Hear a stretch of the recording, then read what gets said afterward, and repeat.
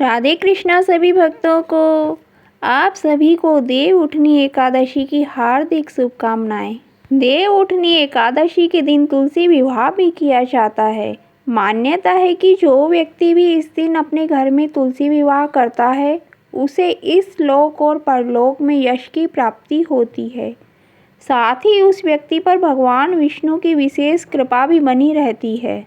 देव उठनी एकादशी के दिन तुलसी विवाह की कथा में जिस कथा को करने से पुण्य की प्राप्ति होती है वही कथा मैं आप सबके लिए लेके आई हूँ।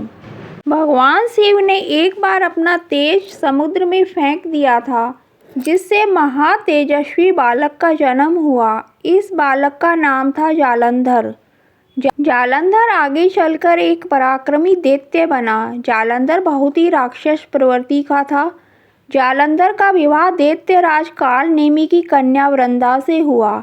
एक बार जालंधर ने माता लक्ष्मी को प्राप्त करने की इच्छा से उनसे युद्ध किया, लेकिन समुद्र से उत्पन्न होने के कारण माता लक्ष्मी ने जालंधर को अपने भाई के रूप में स्वीकार कर लिया।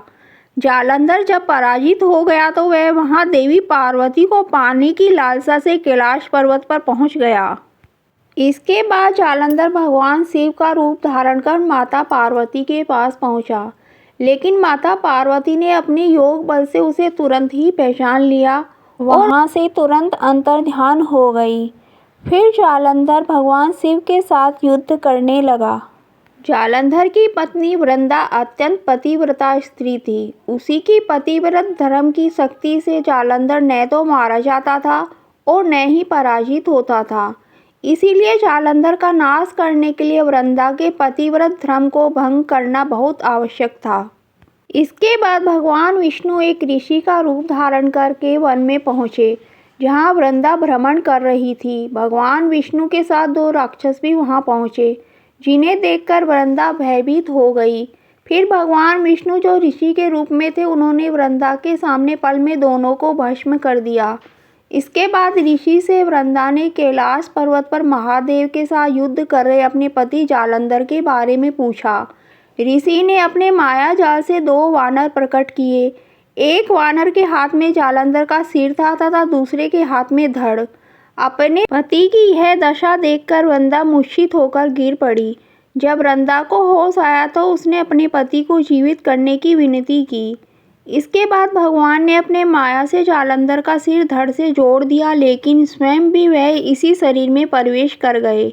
वृंदा इसके बारे में नहीं जानती थी कि उसके पति के शरीर में कोई और प्रवेश कर गया। जालंधर बने भगवान के साथ वृंदा पतिव्रता का व्यवहार करने लगी, जिससे उसका सतीत्व भंग हो गया। ऐसा होते ही उधर कैलाश पर्वत पर वृंदा का पति जालंधर युद्ध में हार गया।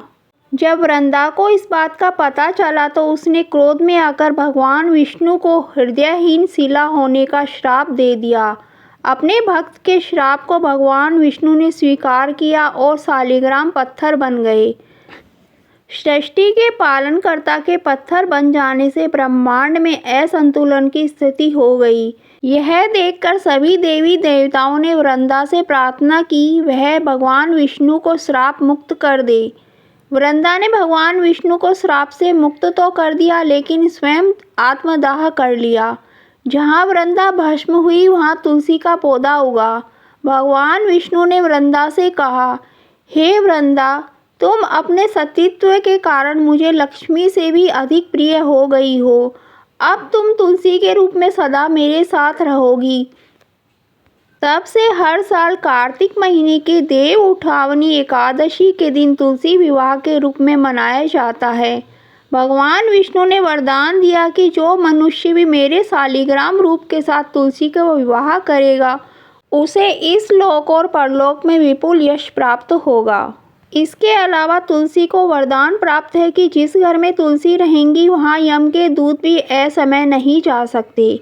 वीडियो अगर पसंद आई हो तो लाइक करें, शेयर करें और कमेंट्स करके बताएं कि कैसी लगी। चैनल पर नए हो तो चैनल को सब्सक्राइब कर लें। जय श्री राधे कृष्णा।